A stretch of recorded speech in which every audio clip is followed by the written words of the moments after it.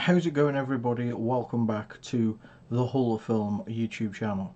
Now, today it is, as you can see on screen, the Golden Age nominations time. This, of course, takes place from 1930 to 1959, which is, again, it's a great time period. So, of course, if you're new to this and you don't know how the halloffilm works, it is 5 actors, 5 actresses, 5 directors, and 10 films. You vote. Whoever's in first gets 5 or 10 points, depending if it's a person or the film. Last place gets 1 point, and at the end of it, I count all the votes that have been taken, and the top 5 and 10 of each category get in, and they are halloffilm inductees. So, without further ado, let me start off first with the actors. Coming in fifth place, which would be 1 point, I've got James Dean. Of course, tragically, his life got cut short, but in the very short time that he was alive and acting, he dropped Rebel Without Cause, Giant, and East of Eden, which are 3 incredible films, and it's a real shame that we didn't see what his career would turn out to be. But I think those are 3 insanely good films, and yeah, that's my fifth place. My fourth place, if you know me, I've really been getting into the Universal monsters a lot, and my fourth place it is Boris Karloff. Of course, Frankenstein, the Bride of Frankenstein. He also did the Body Snatcher, the Mummy. Just an incredible figure in horror, and one of my favourites when I watch a film of his. Coming in at third, it is Frederick March. He did The Best Years of Our Lives, Death of a Salesman, Dr. Jekyll and Mr. Hyde. Um, Researching for this, he really stood out with the quality of his film, so that is my third place. My second place, it is somebody who's been voted for both times in this.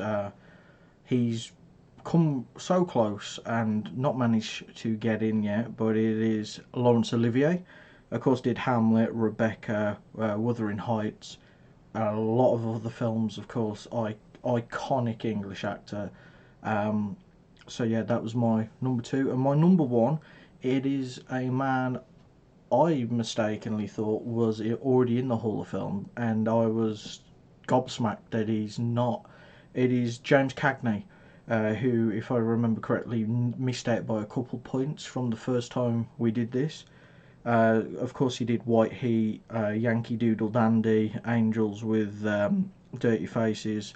He did a lot of great films, of course. I believe it was Orson Welles who said that he was the greatest actor to appear on film. So he was highly thought of, highly rated, and had a great filmography. Moving over to the actresses, coming in at fifth, it is Thelma Ritter.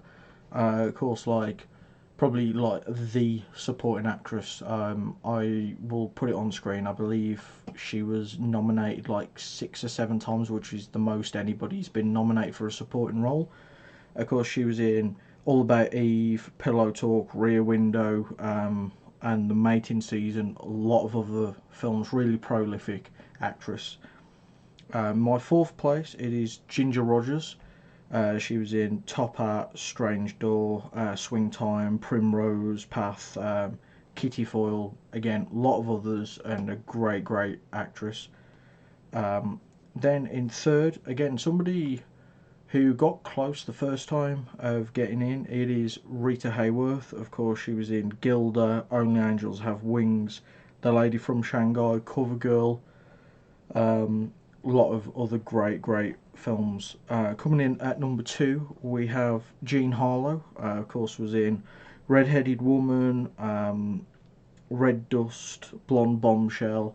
Of course, she was kind of the person who created the blonde bombshell image, which Marilyn Monroe obviously took inspiration from, and even Madonna over in pop. So a super, super influential person in just media and for modern times.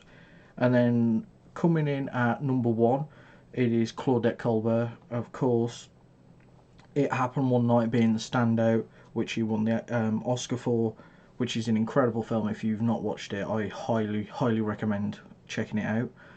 She was also in Since You Went Away and Imitation of Life, and she was in a lot of other great stuff, and she's just such a talented actress. Moving over now to the directors. In my fifth place, it is James Whale. Of course, did Frankenstein, The Bride of Frankenstein, Invisible Man, Showboat. Was in a lot of stuff. Directed a lot of stuff rather. And he was actually born in a place not far from where I live actually, and there's a statue dedicated to him. Coming in at fourth, we have Fred Zimmerman. Of course, did High Noon, The Search, The Nun Story, From Here to Eternity. He was a very prolific, great director. Moving over, we've got Jean Renoir. I hope I pronounced that right and didn't butcher it. Of course, did The Grand Illusion, Rules of the Game, The River, A Day in the Country. Did a lot of great films and was obviously in French New Wave a very notable person in that. Moving over to number two, we've got Ernst Lubitsch. I hope I said that right. Of course, did Ninotchka, The Shop Around the Corner, To Be or Not to Be, and again, a lot of other great films. And then coming in at number one, we have Yasujiro Ozu. Again, hopefully I didn't butcher that too bad. Of course, his main film being Tokyo Story.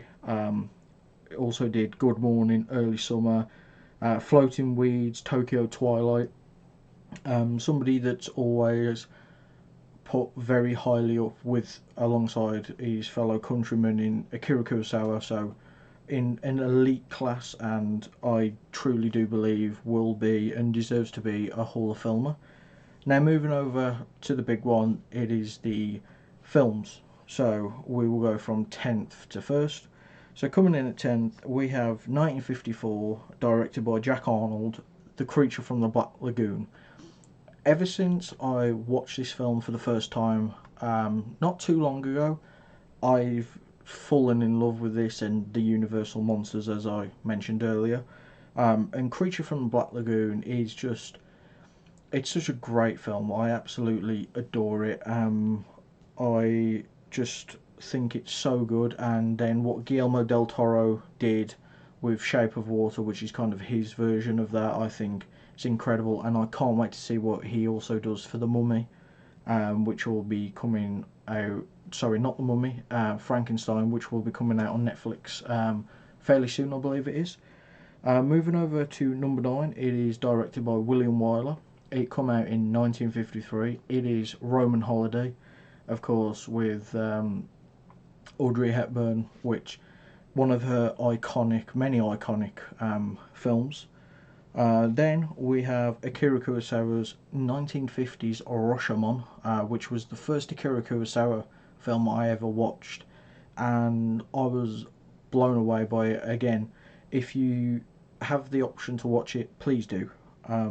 We then got Singing in the Rain from 1952, of course directed by and starring Gene Kelly, and also helped directed by Stanley Donen.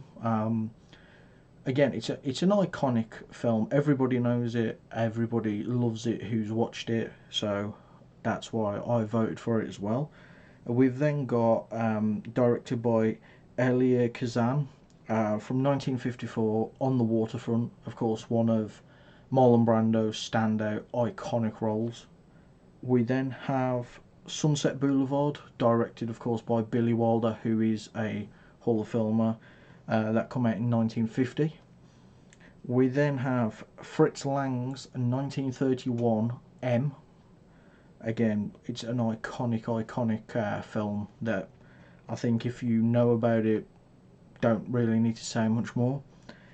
Finally, the top 3. So, 1953, directed by Yasujiro Ozu. the aforementioned Tokyo Story, one of the like most highly thought of Japanese films and just films in general. It's really put in a high regard, and I think it deserves to be in the Hall of Film. And then finally, the top two. So coming in at second, directed by James Whale, 1931. It is Frankenstein.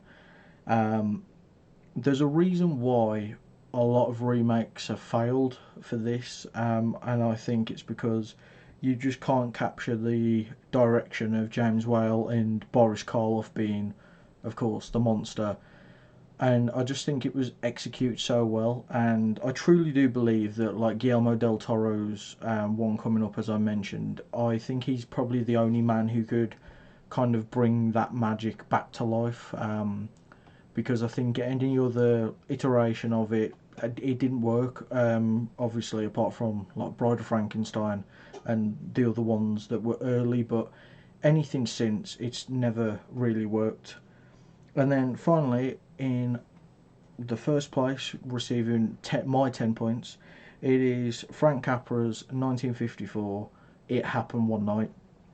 I watched this again not too long ago.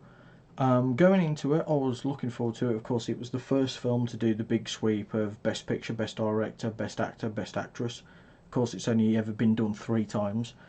Um, so going into it, I had high hopes, but also like a romance comedy from the 50s. You're like, is it going to be tasteful? Is it going to be, you're going to watch it and like, oh, that has not aged well. This is aged well.